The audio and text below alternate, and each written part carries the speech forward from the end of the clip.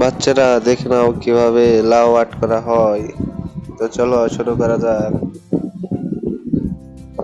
প্রথমে গোল একটি দাগ দিয়ে নেব,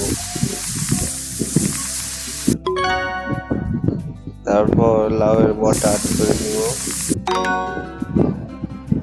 তারপর মাঝখান দিয়ে 6টা দাগ দিয়ে নিবে। তো চলো এবার রং করা যাক।